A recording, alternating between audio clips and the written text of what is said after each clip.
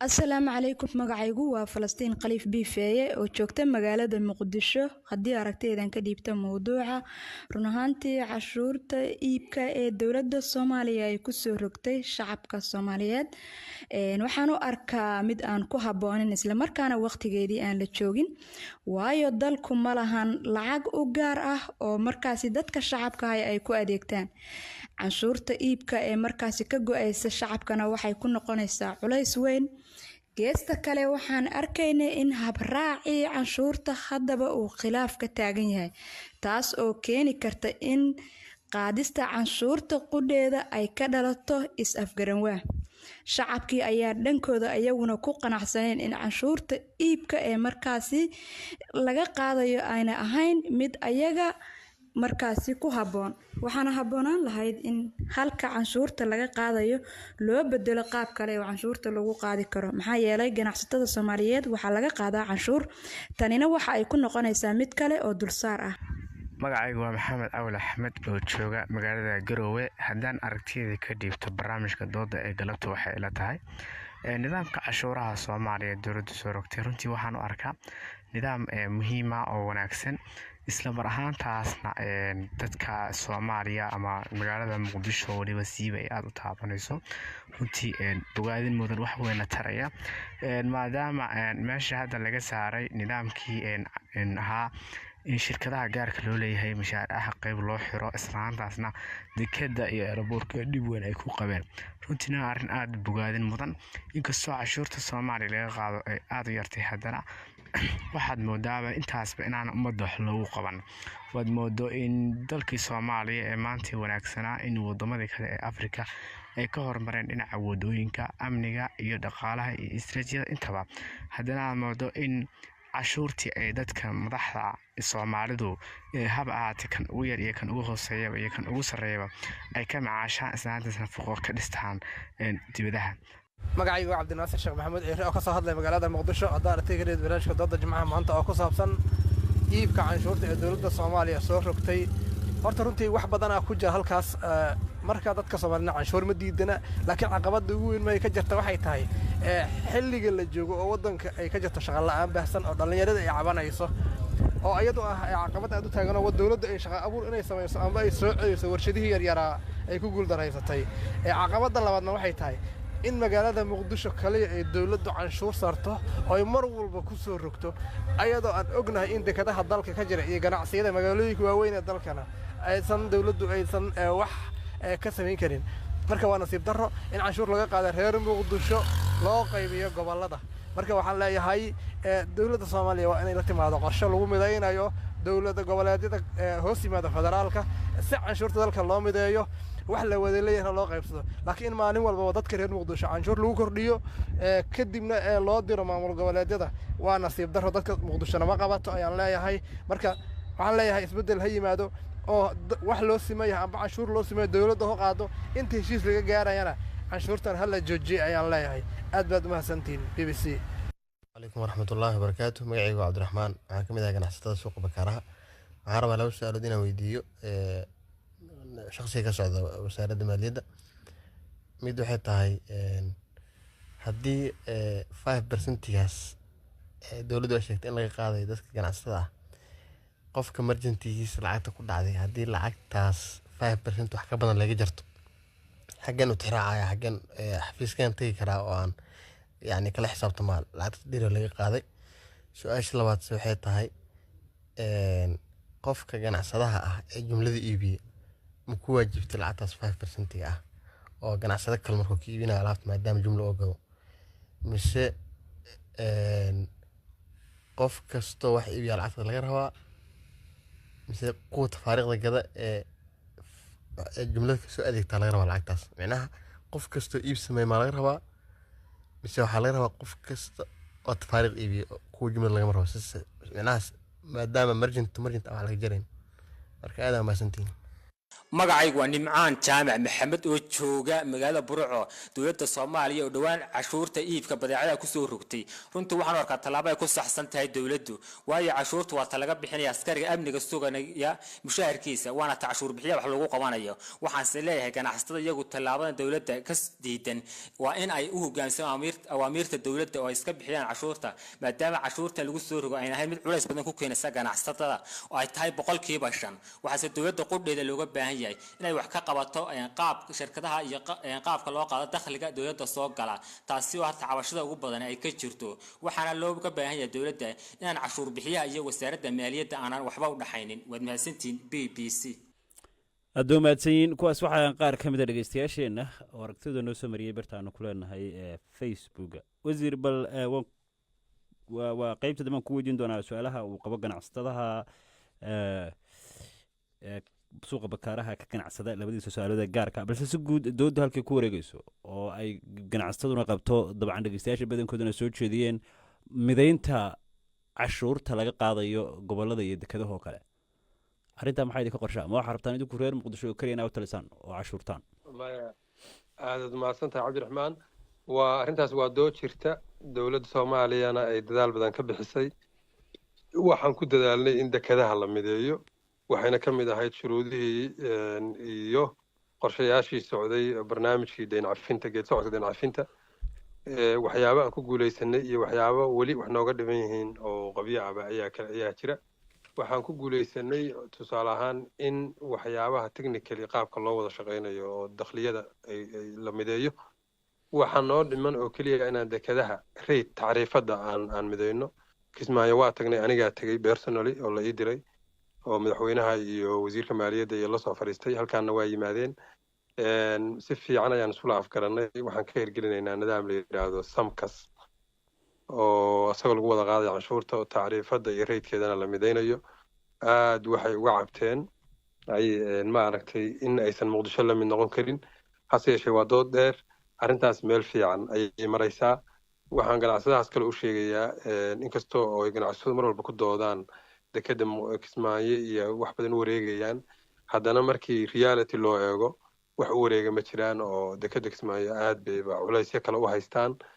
hal markab baa laga yaabaa oo muqdisho ka furtay lafteedu alaab yar inuu mar sii geeyo laakiin haddii ay ka jabnaato soo duruuftuba keeni mayso in loo wareego oo dekedaha kale kismaayo keliyaan hayn kuwa kale aagga gobolka ka dhow waa arrintaas waa aniga kuu sheegay waa dood legitimate dowlad dhiska Soomaaliya iyo siyaasadda aynu ku kala qaybsannahay baa qayb ka ah hadda nidaamka federaaleynta hanaanka maaliyadda waa isaga socdo oo doodiisu NCC hortaalo baarlamaanka u gudbi doonto dastuurka waxyaabaha lagu dhamaystiraya ka mid ah annaga maba aanan sugin dadaalo badan ayaa la geliyey in arrimahaas laga heshiiyo oo dekedaha intii suurtagala taariifada iyo raydka la mideeyo oo custom harmonization iyo tariff harmonization labadaba ay dhacdo arrintaas aan kuu sheegay dadaal weyn baa ka socda waxna ay miro dhaleen waxna aanay dhamaanin waa wadnaa waana cabasho iyo dareen aan la qabno ganacsatada cashuurtan kale okay marka laga tago taa dekada cashuurtan kale ee taagan ee imka socota ee dadka la cashuurayo iyo waxyaalaha ganacsiga iyada lafteeda soo muqdisho iyada lafteeda kuma koobnaanayso maamul goboleedyada dalka oo dhan bay ka dhacaysaa hadba tartiib loo fulin karo ayay u fulaysaa iyada lafteeda waad arki doontaa maamul goboleedyada maamul goboleedyada sida xogta ka nimka Jubbaland oo kale Puntland oo kale waa diidan Soomaa Puntland weli ma aan isla afgaran Jubbaland wada hadal fiican nooga socda marka waxay shaaciyeen inay diidan yihiin Jubbaland waa jirta arrintaasi waa ay jirtaa hadda waa wax maalin ku wada xalismaya ma jiraan ujeedada muhiim ah ujeedada dowladda Soomaaliya waxay tahay inaan dowladda Soomaaliya hal canshuur ay wada qaado oo deedna sida loo qaybsanayana laga heshiiyo lana ogyahay ka soo xarooda aad ma santo arrinta waa kugu soo noqon doonaa waqti ku siin doonaa kugu soo noqon doonaa injineer Axmed baan rabaa inaan siiyo bal injineer Axmed waynu aragnaa sida labada dhinac dadku siday u arkaan iyo halkay ka kala taagan yihiin bal maxaa ku baxaysa guud adiga maadaama dhaqaaleyahana tahay dhinaca teknolojiyadda iyo hawsha systemkan qaabka uu shaqeynayna fahansan tahay horta waxa muhiima horta wax roadmap dowladdu kulleeyay la timaada muhiim oo taa waxaan marinayaa in roadmap ahaan aragtay ma jirto mushkiladda jirta waxa weeyaan nidaamkan cashuur isagoo fiican oo intentionka iyo ujeedadu wanaagsan tahay ayaa wadada loo marayaa ay sometimes tahay mid dhib badan keenta marka niman khubaro ah baa laga keenaya World Bank oo kale hay'adahaas IMF ayay aad u bushkaaya in hawlaha la qaado markaasina waxay inta badan keenaan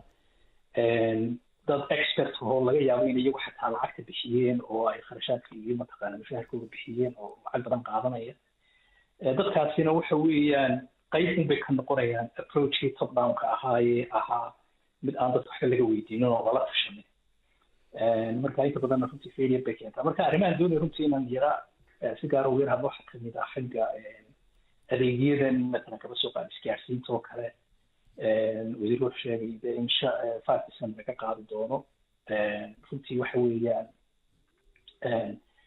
shirkadu waxa weeyaan waa shirkado ballaaran shirkada ugu weyn waxa weeyaan waa kaba soo qaad shirkada ugu weyn waa Hormuud maxaan ku dhahdaa group iyo dahabshiil labadaas shirkadaha xagga isgaarsiinta ugu waaweyn guud ahaan regionada Soomaalida oo dhan ka wada jiraan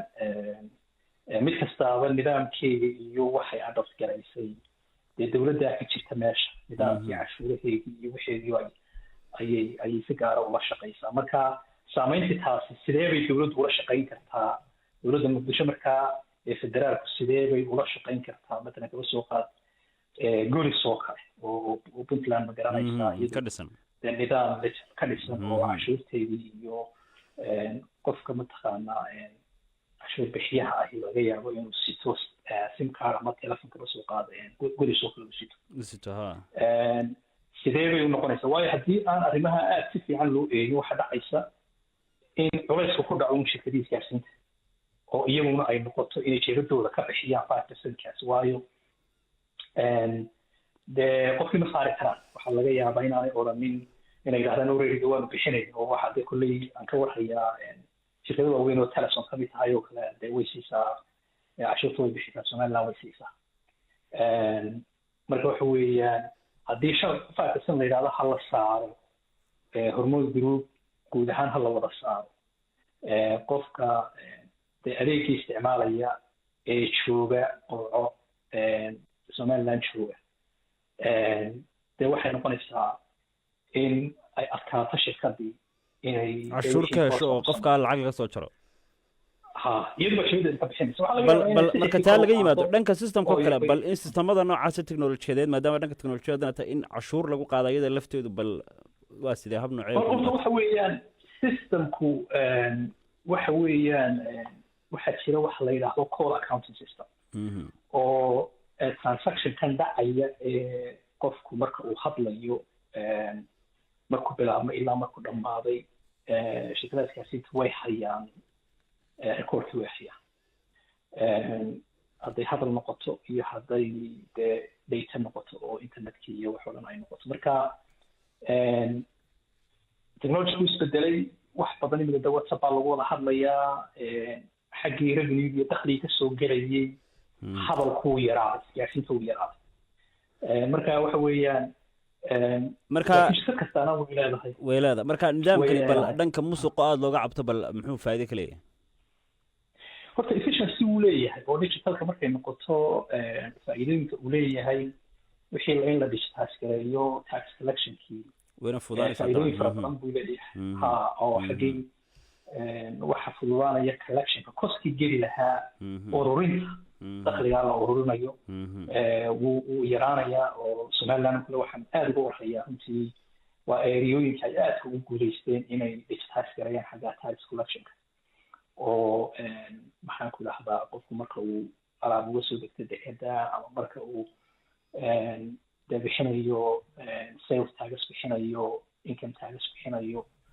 wixii mudday qaateen wada tashi badan bay qaateen bottom up mu ahayn wax runtii aad baad umahadsan tahay injineer axmed laga faa'iidaysan kara weeyaan marka efficiency uu leeyahay xaddiga soo ururayaana mar walba isaguna wuu ka badnaanaya marka labada faa'iido leeyahay aad baad umahadsan tahay bal aan siiyo xasan xoogsade aan siiyo xasanoo bal idinku waxqabadkaa dowladda ka sugaysanaysa bal idinka hor hale aad cashuurta u bixisaan aad filashadiinu ahayd maxay tahay bal waxyaalaha aad filayseen aad rabteen in laydin sameeyo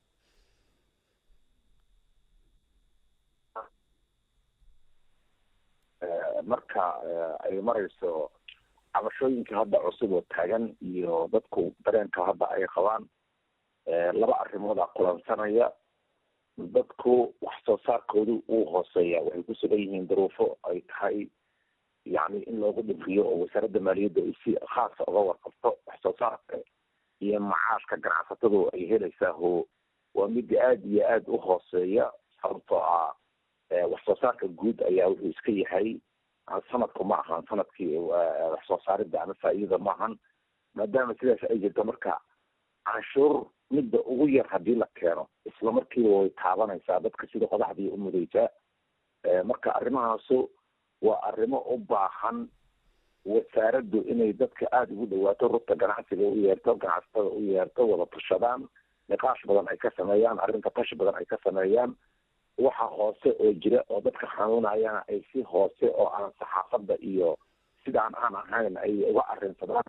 marka waxaana xoog sidow bal dhanka cashuurahoo kale ma jiraan cashuuro kale oo aad u aragtaan dhanka cashuuraha waxaad sheegaysaa in cashuuru idinku badan yihiin doodihiinii hore oo kale markaan dib u raacno canshuuraha horta walaal waa su-aal wanaagsan canshuuruhu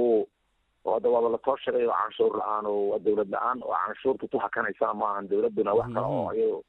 hadda ay leedahay ma jiri canshuurtayba leedahay dadkuna inay bixiyaan waa arrin hortaalla canshuuro aan midda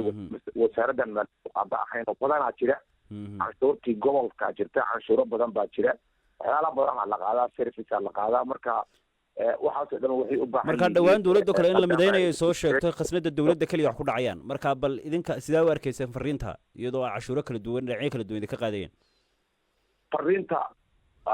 annaga markasta fariinteenu waxay ku qotontaa waa dawladda iyada dawladda wadanka ah maamulka iyadaa haysa wasaaradda maaliyadda iyo wasaaradda ganacsiga weeyaan annaga waxaan aan maaragtay aan xukumo oo aan garanayno la macaamilno marka wax kasta oo jira oo concern ama cabasho ah ama xanuun oo jirna ayagan ula laabanayna marka ayagana waxaan ka rajaynaynaa inay noo diracsan yihiin oo aad baad mahadsantahay dabcan filashadu waa siday tahay aad baad mahadsantahay wasiir xanga bal waynu aragnaa dadkii dhegeystayaashu kale markaan dhegeysanayna iyo si guud cashuur in la bixiyo layskuma diidana laakiin ma laga helaa adeegii dawladda cashuurtaas iyaguna ay dhankeeda wax ku darsaneen tusaale ahaan iminka dhanka caafimaadka oo kale waxaad dawladdu bixisaa un dadka u shaqeeyuun bay dabcan mushaharkooda bixisaa laakiin adeegyadii guud ee caafimaadka oo kale dadku hantidooda ugu badan waxay ku baxdaa meelaha dibadda oo kalea amniga laftiisu wayna oga xaalkiisu siduu yahay bal idinka dooddaa inaydan duruufta xilliga eegin oo aad tihiin un cashuur baa la qaaday cashuur aynu qaadno xaalkiina ma moodaan usaaye maya sidaas ma ahan waa maaragtay dadkii baan rabaa inaan qodobadoodii iyo su-aashan hadda weydiinaysid baan waxyar ka idhaahdo horta canshuurta nin odayo bakaaraha kasoo dhalinyarada ah wuxuu yidhi 5%-ga yaa laga qaadayaa 5% waxaa laga qaadayaa ganacsadaha maaha waa qofka ugu dambeeya oo end userka ah isticmaalaha ugu dambeeya marka laba ganacsade kala gadanayaan iyaga lama socoto su-aashaasi u dhacaysa haddii laba ganacsade maya lama socoto merchant to merchant lacagaha la isugu wareejinayo oo labada ganacsade ku kala gataan canshuur male taas waa saas weeye haddii cabasha jirto wasaaradda maaliyadda waxaan abuuraynaa oo hadda gacanta lagu hayaa common response mechanism dadku soo wici karaan oo ay kala soo xiriiri karaan wixii khaladaada dhaca wixii khaladaada dhaca qaabka loo qaadayo dee waa la sheegay qofka arrinka adeega si guud bal dooda maxaadka dooda adeega inaan dadku helin adeega ay u qalmeen adeega dadka adeeg intii tabarta yaabaan hadda bixina inaan sheegaan rabaa 1280 xarumood oo caafimaad ayaa gees Soomaaliya ku taala oo MCH iyo health centers ah oo ay dawladda dhexe iyo dawlad goboleedyadu ay adeegyada siiyaan damcan dakhliga Soomaaliya laga ururiyo gudihiisa kuma filna inuu xarumahaas rangareeyo dadkuna ma oga inta badan ee waxa laga hadlayaa waxa weeye dadka caafimaadka banaanka u aaday maamul goboleed dadka inta badan waxa laga yaabaa inay hay'ado caalami ay gacan ka geystaan damcan laakiin adeegyada aasaasiga ah ee taabanaya hooyada iyo dhallaanka iyo tuulooyinka iyo degmooyinka caafimaadka loo yaqaano primary health care-ka dhammaantiis dawladda gacanta ku haysta geeska gees waana 1260 xarumood maternal mortality rate-ka dhimashada hooyada dhallaan raaca tallaalada kulli saasay u soconayaan waxaan rabaa inaan kuu sheego cabdiraxmaan waa dawladdu meel ay u socoto weeye in adeega caafimaadka kale oo treasuryga iyo secondary-ga lasoo gaaro oo haddana waxbay ka qabataa hosbitaalla ay gacanta ku haysaa jira laakiin wasiir waxa cad soo maaha duruufta xaaladda dowladda ku jirto iyo sida la yahay in adeegyada shacabku idinka helaan ay aad u kooban yihiin soo xaqiiqadu saama dabcan duruufta dadka marka cashuurta maxaa duruufta loo leekaysiin waayo oo cashuurtuna duruufta dowladdu xaaladda ku sugan tahay wala macnaha marka la gaaro heer dowladduna adeeg badan soo celin karto in dadkoo dhanna la wada cashuuro inta aan la karayna in cashuurta bal inta la kari karo la qaado soo maaha cabdiraxmaan ma dhacayso deofiri sideeda bannaanba biyo sacbadaada ayaa looga dhargaa haddii aad sugto marna dowladda lacag cirka uga imaan mayso dowladdu adeegga lacagta ay ku qabato waa canshuur ay qaado adeegyadaas in la hormariyo inaan isku filnaanno oo international communityga gacan dhigashada iska dhaafno oo aan ka kaaftoonno inaan mushaaraadka ciidankeenna askarigeenna inagu iska bixin karno hadda waxaan kuu sheegayaa markii intii dowladda diskan soomaaliya oo dambe uu jiray waxaan soo gaarnay number 1 inaan dhammaan mushaaraadka ciidamada iyo shaqaalaha aan dakhligeena ka kafar garayno weli waana la kabaa bishii lacag baana lagu kabaa sanadkii lacag baana lagu kabaa laakiin waxaan rabnaa inaan 2025 gaarino in kabka horta miisaaniyadeed ee mushaaraadka shaqaalaheena iyo ciidankeena Soomaalida askariga ku dhimanaya furinta inaan qarashkiisa ku filnaano iyo raashinkiisa laakiin haddii taa imika tusaalahaan dhegaystayaashoo kale dhegaysta hadlay waxyaalo sheegay waxaa ka mid ahaa in marka loo eego cashuurtan la qaadayo waxaba yarba kalsoonida dadku ku qabaan cashuurtaas ay askariga gaari kartaba oo loo arko cashuurta marka wasiirka iyo xildhibaanada loo eego nolosha ay ku nool yihiin iyo qaabka la kala yahay inaan macnaha ay u arkaanba dadku inay tahay xoolo si ay ku bixinayaan jeeb gaar iyo meel gaara ku dhacayo halkaan kaaga jawaab wax yar waqtigiisii fiiri dowlad burburtay oo dowlad kasta oo burburtay oo burbur kasoo kabanaysa kalsoonida dadku ku qabaan mar walba way yar tahay kalsoonida tartiib bay u dhismaysaa waqti bay qaadataa annaga waxa weeye dadka shacabka waxaan ugu bishaaraynaynaa ay nagulana xisaabtami doonaan wixii aan ka qaadno waxaan ugu qabanno waxaa jirta dad baa hadda hadlaya waxay ku dhahayaan hadda tan la qaada maxaa lagu qabtaa 70 kun oo ciidan aan mushaarkooda bixinaa 11 kun oo shaqaalaha baan bixinaa 7 kun oo macallin ayaan bixinaa xarumo adeeg caafimaad baan gacanta ku haynaa kuwa waxbarasho aan gacanta ku haynaa adeegyo kaleeto oo biyo iyo ceelal baa la qodaa waxaa kuma filna annaga adeegga lacagta welibana waana la kabaa waxa weeye mar kasta oo aan dakhli badan aan helno oo aan soo ururino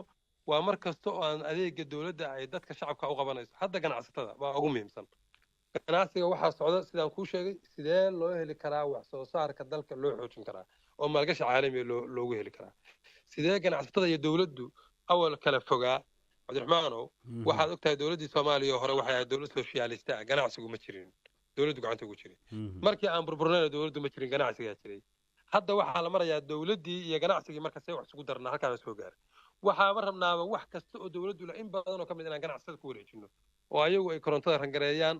oo warshadaha rangareeyaan oo aan awood siino oo annaga aan garantiyadii siino oo bangiyada caalamiga aan loo furo oo dhaqaale halkaasna uu shaqo abuur ka yimaado marka shidaal weli inooma soo bixin gaas weli inooma soo bixin macdanteennii weli kuma aynaan guulaysan adduunyadii weli 100% inama wada aqbalin dhanka financialka integrityga waa ka shaqaynaynaa in banuugta caalamiga bangiyadeena la shaqeeyaan oo lacagaha la isku dhigi karo marka dabcan waa hawl imika qorshaheedii iyo taladeedii ay socdaan waa hawl laga wada shaqeynaya aad baad mahadsantahay dowladduba wax ma qaban karto dowladduba wax ma qaban karto haddii aanay canshuurta shacabku bixinin oo aynaan haddaan laamigii in la dhiso oo waddadii la dhiso oo ceelkii la dhiso amnigii la sugo oo macallinkii la shaqaalaysiyo kulli cashuur ayay ku xiran tahay marka laakiin cashuurtu sida ay muhiimka u tahay dabcan muuqashadeedana in dowladda laga arka iyadana muhiim bay shacabka u tahay in la arko waxay ugu baxayso soo saama waa waajib waa basaasba waa responsibility iyo aan qaadayno iyo accountability aad baad mahadsantahay injineer axmed baan rabaa inaan siiyo bal si dowladda ay cashuurta u qaado dhinacyaduna dabcan maxay tahay waxyaalaha ay tahay in dowladda la gudboon inay samayso si ay cashuur dadku ku wada qanacsan yihiin si ay u qaado dowladdu dabcan khilaafaadkuna u yaraadaan wixii la rabayna loo gaaro markaynu eegno casharada dalalka kale ee dariska iyo sida adduunka looga shaqeeyo doctor axmed soo dhowo engineer waxa hasa muhiima cashuurta hadee waynu isla garanaa inay tahay dakhliga koowaad ee dowladdu ay howlaheeda ku qabanayso waxaa sidoo kale muhiima haddii ganacsiga ama ganacsatadu hadduu ku yimaado dhaawac hadduu ku yimaado dee meel cashuur laga ururiyaa meeshii ma jirto marka runtii waxyaalaha u baahan in si wanaagsan oo ay xikmadi ku jirto ay dowladdu mar walba farsamadaasi u gasho waxa weeyaan ganacsiga dowladaha xil baa ka saaran in ganacsiga inay kobciso ganacsiga oo ay ganacsigu waa wixii ay cashuurta ka qaadisay weeyaan ay ku xisaabtamaysa marka arrimaha muhiimka ah waxaa kamid ah timingka waqtiga aad cashuur cusub haddaad soo rogayso amase aad farsamo cusub samaynayso waxaad eegaysaa runtii mar walba waxaa muhiima inaad eegto waqtigani ma yahay waqti ku habboon shayga hirgelintiisa runtii wasiirkii badan buu ka hadlay dee in mataqaanaa dowladdii burburtay aan muddo dheer cashuur la qaadin muddo ay tahay soo socotay marka waxa weeyaan dib u dhac ay sababtay farsamadii oo dib loo eegayo oo lala tashanayo shacbigii ganacsatadii lala tashanayo itaalkoogii la eegayo oo dib u dhacaasina sanad iyo 6 bilood ma garanaysaa oo noqonay runtii wax dhiba uma arkay inay tahay mar walba waxaa muhiima waqtigeena waxaan rabaa inaan fariimihiisa iyo u dambeeyey labada martida kalena marka waxaan kusoo koobi lahaa waxa weeyaan farsamadu intentionkii ujeedadu ma xuma laakiin wadada loo marayo mar walba inaan wadada laga shaqeeyo yaana noqon wadada dadka kicinaysa oo abuuraysa in wixii laga yaaco dabcan in daacadu simaad aad baad maasan tahay waxaan rabaa inaan xasan xoog soo siiyo ganacsade sidoo kalena aan ilaahday gudoomiyaha rugta ganacsiga suuqa bakaaraha bal idinka maxaad ku talinaysaan si natiijada loo wada gaadho minidkii u dambeeyay aan ku siiyo si aan wasiirkuna markaa kaaga dambeeyo isoo koob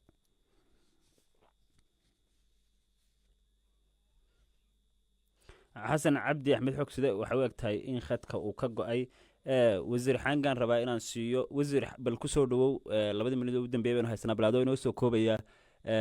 maxaa fariintiina u dambaysaa tahay si dadkuna dabcan cashuurtii filashaduna ay u bixiyaan natiijaduna u noqoto natiijo lagu wada qanacsan yahay dhammaan idinka iyo dadka shacabka ah isku meel wax wadaan dadka Soomaaliyeed oo cashuur bixiyaha waa u mahadcelinaynaa waxaan leeyahay dawladdeena ku kalsoonaada dawlad la'aan iyo cashuur la'aan wixii inaga qabsaday iyo dhibka inoo geysatay waa soo aragnay waajib waxaan ka nahay u ballan qaadaynaa haddii ilaahay lacagtaas inay ku dhacdo qasnada dawladda sifa sharci ah oo baarlamaanku meel mariyay inay ku baxdo adeegyada dawladdana ay kor u qaado waxa marin habaabinta iyo foolxumaynta magaca cashuuraha dadka wadaahay inay isugu jiraan dad argixisada la shaqeeya iyo dad kaleeto oo sideedaba cashuurtu iska xanuun badan tahay inay fool xumeeyaan 20 sano cashuur kasta oo la soo rogana sidaas ayay xanuun badnayd ku kalsoonaada mas'uuliyadaha aad naga filaysaan oo dawladda laga filayo inay fuliso waxa asal waa inay hesho dakhli iyo resource ay ku shaqeyso aad iyo aad baad mahadsantihiin aad baad mahadsantahay wasiir aad baad mahadsantahay martida barnaamijka waxay ahaayeen wasiir cabdiqafaar xange oo ahaa wasiir ku-xigeenka wasaaradda maaliyadda ahna imika aan ilaahday wasiir ku-xigeenka wasaaradda maaliyadda injineer axmed nuur amiin dhaqaalayahan teknolojiyadana bartay ingiriiska ku nool iyo xasan cabdi axmed gudoomiyaha rugta ganacsiga suuqa bakaaraha barnaamijku wuxuu ku saabsanaa cashuuraha cusub ee dowladda iyo bal filcilinta dadka iyo sida loo arkayo sidii hawshaa natiijo fiican looga gaari lahaa barnaamijku waxaa soo saaray cabdishukri haybe class waxaana idinla socodsiinayey anigoo ah cabdiraxmaan cali dhambiil kolkaa dhegeystayaal inta aynu dib u kulmi doono barnaamijyo noocan oo kalea dhammaantiin waxaanu idinkaga tegaynaa sidaa iyo nabad